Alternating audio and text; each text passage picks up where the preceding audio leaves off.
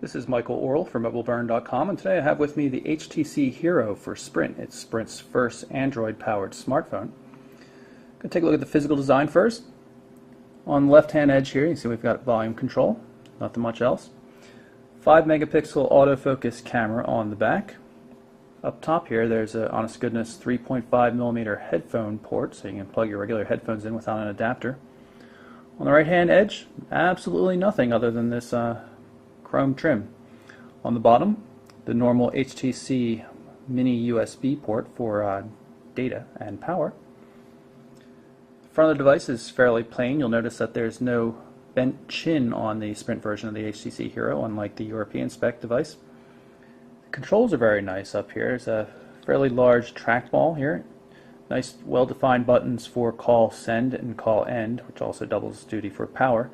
And then these other buttons here are all underneath this metal facade. They actually have a tactile response. They click, but they're kind of hidden. Very nice design. I kind of would have preferred the back button to be up top, closer to what you're doing on the screen than rather on the bottom. But otherwise, I really have no complaints. Nice half VGA resolution capacitive touchscreen display. Works very well, nice and bright. You can see the speaker grill holes up top. Overall, very solid, nicely constructed device. Some people might take issue with the fact that the micro SD card slot is located under the battery cover, but at least you don't have to remove the battery itself. Otherwise, you can see it's a very large battery. It's about 10% larger than the one on the European spec HTC Hero, which is always a good thing.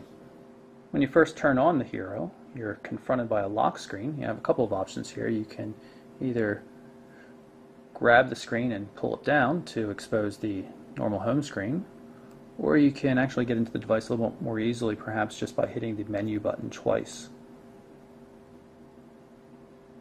Notice it's the full HTC Sense user interface. 7 home screen panels that can be configured. It's quite nice.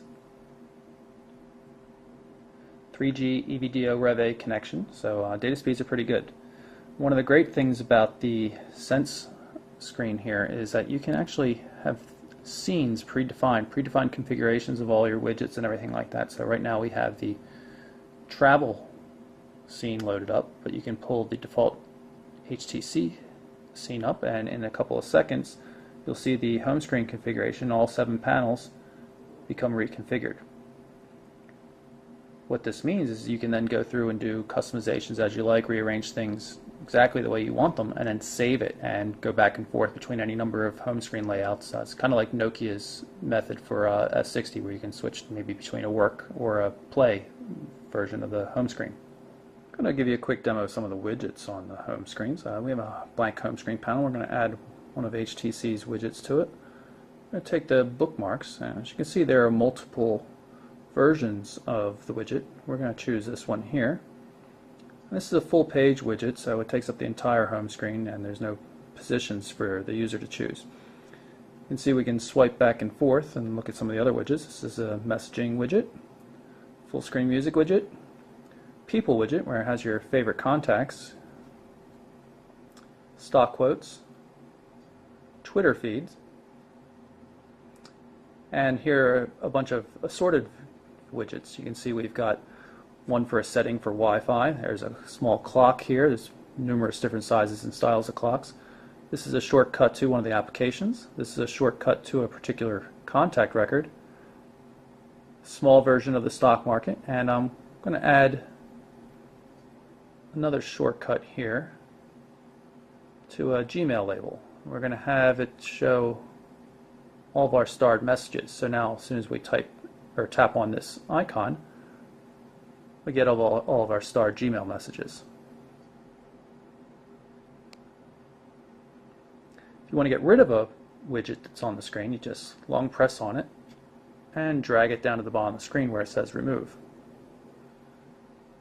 You can remove a few of them, make some space, and once there's some space you can see that we can also move widgets just by long tapping, and you can see the highlighted areas with the green border show you where you can move it, or you can try to move it to another screen just by dragging to the edge. Of course, we don't have any room on any of these other screens, so I'm just going to place this one over here. Of course, every smartphone needs a main menu, and if you tap on this little button at the bottom of the screen, you'll see just that. There's no folders or anything like that, so it can get to be a rather long list. You can, however, search. So if I type C, you see it automatically reduces as I start typing till eventually I get to camcorder and camera. Searching works most anywhere, and it's always accessible from the search button on down here at the bottom of the phone.